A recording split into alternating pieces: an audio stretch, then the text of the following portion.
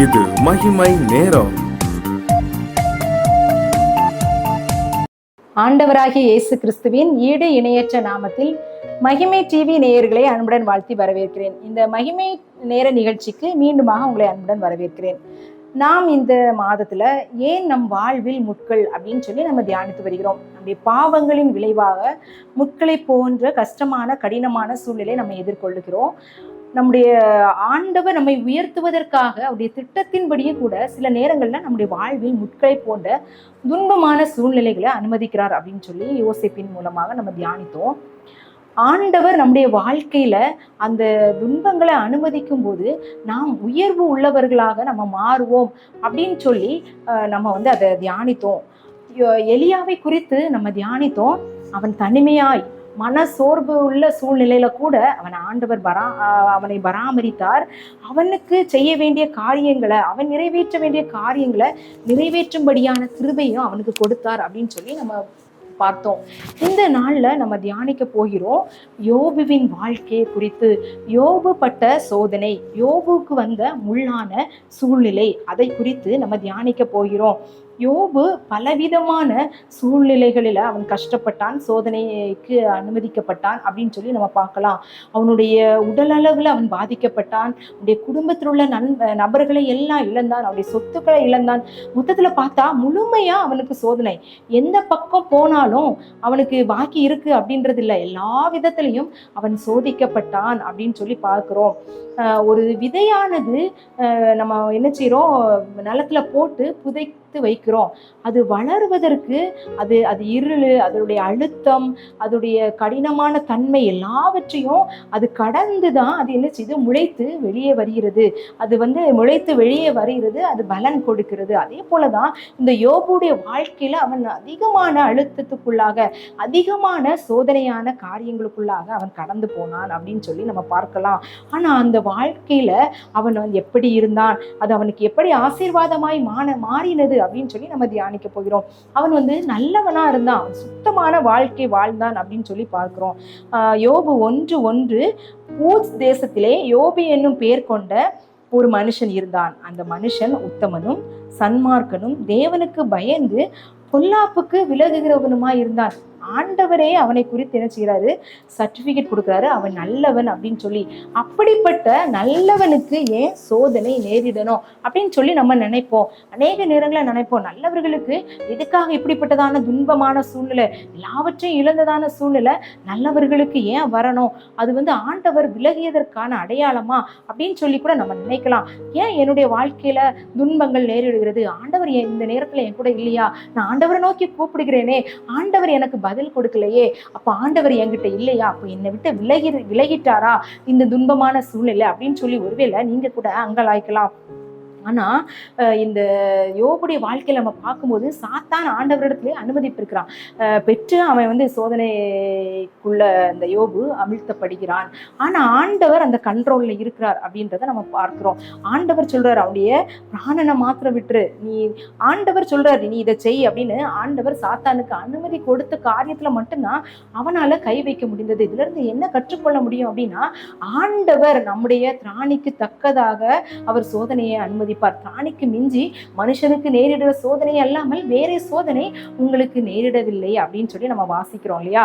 அப்போ நமக்கு நேரிடுற சோதனையில இந்த யோபு சொல்றான்னா, சோதனையை சோதித்த பின்பு அவர் என்ன செய்வார், என்ன பொன்னாக நான் மாறிடுவேன், அவர் என்னை சோதித்த பின்பு நான் சுத்த பொன்னாக விளங்குவேன் அப்படின்னு சொல்லி யோபு 23:10 சொல்லப்பட்டிருக்கிறது.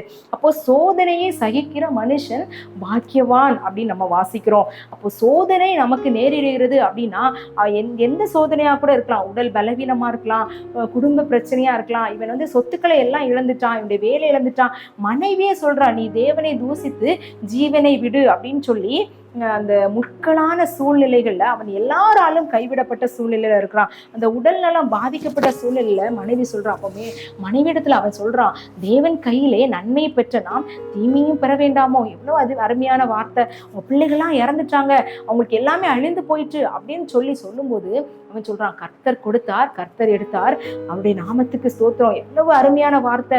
ஆண்டவருக்கும் அவனுக்குள்ள உறவு அவ்வளவு நெருக்கமா இருந்ததுனால அவர் என்னை கொன்று போட்டாலும் அவர் மேல் நம்பிக்கையா இருப்பேன், அவர் எனக்கு எல்லாம் நன்மையா தான் செய்வார் அப்படின்னு ஒரு ஆணித்தரமான நம்பிக்கை உள்ளவனாக அந்த யோபு காணப்பட்டான் அப்படின்னு சொல்லி நம்ம பார்க்கலாம்.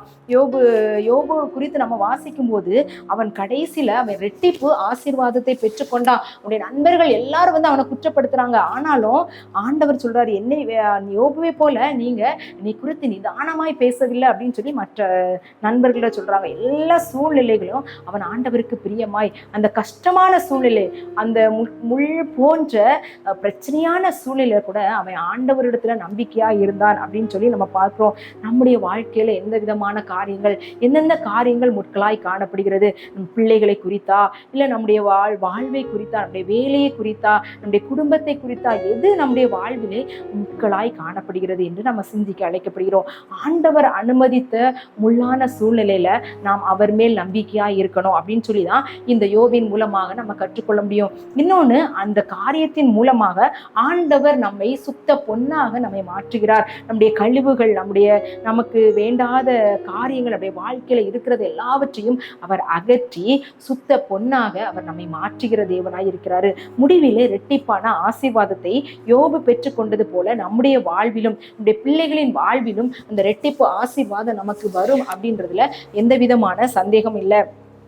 ஆண்டவர் இதை குறித்து தான் நம்ம வந்து இந்த நாள்ல நம்ம தியானிக்கிறோம். ஆண்டவர் நம்மோடு பேசுகிறாரு.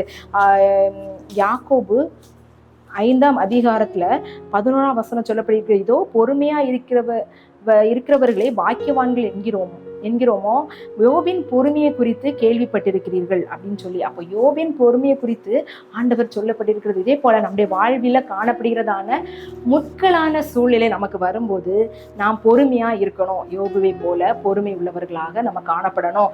நம்ம மற்றவர்கள் நம்மை பேசும்போது சில சூழ்நிலைகளில் ஆண்டவரை நம்ம வந்து காயப்படுத்துகிறவர்களாய் மாறிவிடக்கூடாது. இந்த யோபுவை போல ஆண்டவர் சொல்றாரு, யோபு தன் வாயினால ஒரு வார்த்தையினால எந்த ஒரு பாவமும் செய்யல அப்படின்னு சொல்லி சொல்லப்பட்டிருக்கிறது. அப்படி ஆண்டவர் நம்மை நீதிமான்களாய் மாற்றிருக்கிறாரு. அப்படிப்பட்ட வாழ்க்கை வாழணும் அப்படின்னு ஆண்டவர் எதிர்பார்க்கிறார். அப்படிப்பட்ட வல்லமையை ஆண்டவர் நமக்கு தரணும் அப்படின்னு சொல்லி நம்ம ஆண்டவரிடத்துல ஜெபிக்கலாம். ஆண்டவர் இந்த யோபுவுக்கு வந்த சோதனைகளிலிருந்து அவர் இரட்டிப்பான ஆசீர்வாதத்தை கொடுத்தது போல உங்களுடைய வாழ்விலும் காணப்படுகிறதான சோதனையான முட்களான சூழ்நிலைகள்ல ஆண்டவர் இரட்டிப்பு ஆசீர்வாதத்தை தர வல்லமையுள்ளவராக இருக்கிறார். அவரை நோக்கி நம்ம கெஞ்சலாம். எங்களை அன்பாய் நேசிக்கிற கர்த்தாவே, இந்த நல்ல நாளுக்காக உமக்கு நன்றி செலுத்துகிறோம்.